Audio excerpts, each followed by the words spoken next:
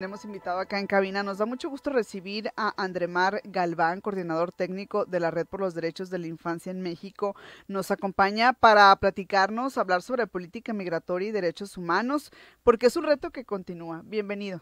Muchas gracias, buenos días. Gracias por estar acá. Entendemos que también estarán en el Colegio de Sonora atendiendo reuniones justamente para hablar sobre este tema que es tan importante. Sí, así es, nos estamos reuniendo ahorita, un equipo técnico también está reuniéndose con el rector. Vamos a tener un evento muy sencillo con los académicos para platicar un poquito de la situación que ellos están viendo por acá y nosotros dar un poquito más el marco en general que estamos viendo nosotros nos ubicamos en Ciudad de México, entonces pues ahí Ujú. tenemos como que toda esta visión y panorama de todo el país. Ujú. Cuando hablamos de política migratoria, cuando hablamos de derechos humanos, ¿por qué decimos que el reto continúa? ¿Cuál sería el reto o los retos? Pues el reto continúa, a final de cuentas la política migratoria es una constante, ¿no? El tema migratorio es una constante en nuestro país, sobre todo por las diferentes dinámicas que se presentan, entonces pues es un tema que siempre va a estar en la agenda política y en la agenda pública. Entonces, en ese sentido, pues constantemente y más con este marco que hoy en día tenemos donde va a haber unas elecciones, entonces muchas veces incluso el mismo tema se convierte en uno de los temas transversales de agendas políticas de los candidatos. ¿Cuáles serían los principales motivos por los que la gente migra? Pues mira, la experiencia hemos visto que es el motivo económico, siempre va a Ujú. ser una de los factores que más va a motivar a las personas para tener que dejar su lugar de origen. Ya posteriormente, dependiendo del contexto, en Centroamérica hemos escuchado constantemente que la violencia es uno de los factores determinantes o la reunificación familiar, ¿no? Entonces, esos pueden ser como los tres a grandes rasgos. Ya Ujú. vienen particularidades muy específicas, pero en general el motivo En económico. general serían esos. ¿Qué se podría Ujú. hacer para inhibir la migración? Es decir, si el tema es económico, si es por Claro. recursos, para que la gente pues se vaya menos. Pues mira, se han hecho esfuerzos. La Ujú. realidad es que existe un esfuerzo constante en fomentar el desarrollo en los países expulsores, vamos a llamarlo entre comillas países expulsores o países de origen, donde se busca, pero pues existen otras condiciones que también se presentan aquí en México, desigualdad, la misma desigualdad genera la misma migración, ¿no? O sea, mientras que unos cuantos se benefician, pues otros no, y eso motiva a que tengan que hoy, pues salir de sus países.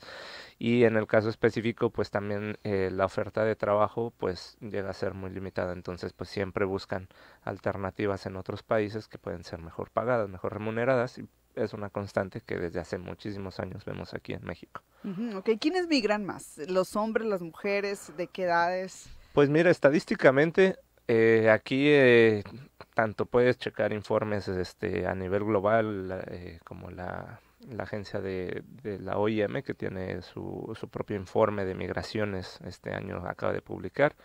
Y aquí en México tenemos los boletines estadísticos que publica la Unidad de Política Migratoria y nos dice básicamente 75% de quien migra son hombres, Ujú. 25% son mujeres. La realidad es que luego también vemos que es dependiendo de la coyuntura porque esos datos pueden variar.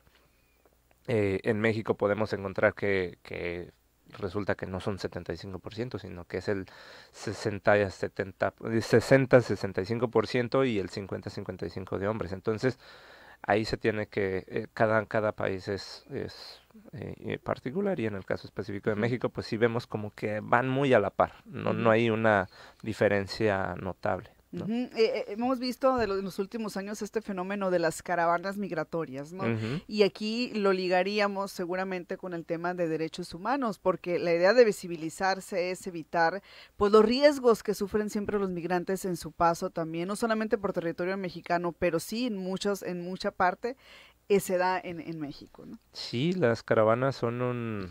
han sido un mecanismo de vocería, para exhibir y las violaciones a derechos humanos que están presentándose en las personas migrantes en las diferentes entidades por donde ellos tienen que transitar, ¿no? Y Ujú. también parte mucho dependiendo del tipo de perfil, pues las condiciones, porque muchas de estos perfiles de migrantes han cambiado considerablemente, te puedo decir desde 2007 que yo estoy más o menos involucrado en las caravanas como tal, que les he dado seguimiento.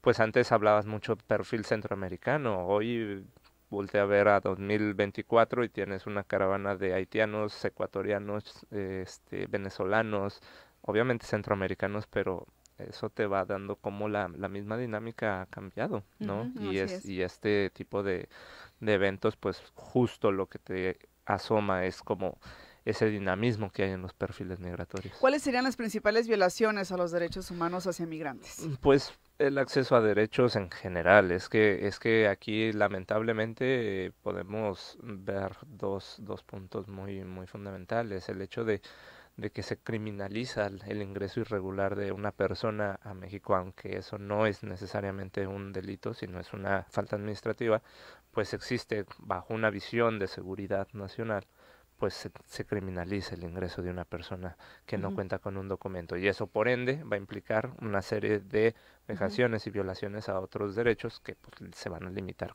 claramente.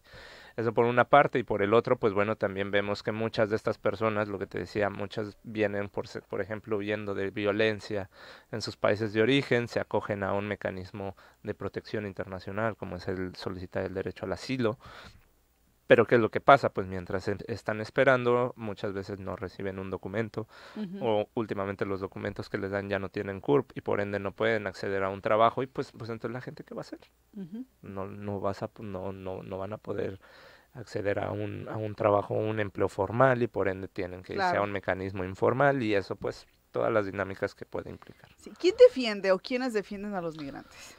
Pues más que defender, a mí realmente el concepto de defender no me atrae mucho, o sea, creo que lo que buscamos varias organizaciones de sociedad civil, organismos internacionales, las mismas autoridades también, lo que se busca es proteger sus derechos, que se garanticen, más allá de defenderlos. Pero bueno, evidentemente cuando hay una violación o cuando existe este tipo de cosas, pues sí existen algunas organizaciones muy específicas que cuentan con clínicas jurídicas para poder entrar a algún tipo de litigio estratégico en caso de que haya sido una violación a derechos humanos de algún perfil muy en específico, ¿no? En esta semana o en estos días que van a estar acá en Hermosillo, ¿cuál sería la agenda que van a traer? Pues mira, nos reuniremos con Oficina de Atención a Migrantes, con el Instituto Nacional de Migración, la Comisión Estatal de Derechos Humanos, con la Procuraduría de Protección de la Niñez.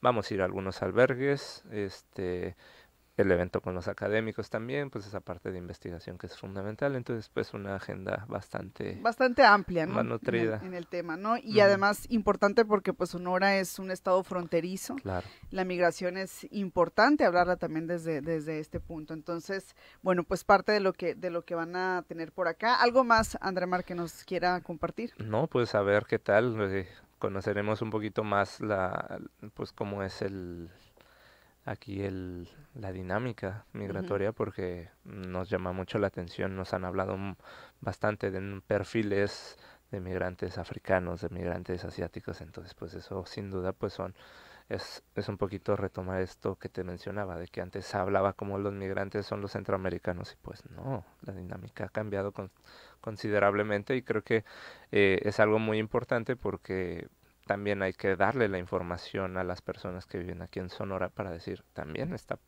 esta población, y habrá que aprender a mimetizarnos, a vivir conjuntamente, porque quizás muchos de ellos no es su opción irse a Estados Unidos, sino quedarse aquí. Podría ser también, claro que sí. Muy bien. Pues muchas gracias, Andremar Galván, coordinador técnico de la Red por los Derechos de la Infancia en México, que nos acompañó esta mañana. Muchísimas gracias. Muchas gracias a ti. Con esto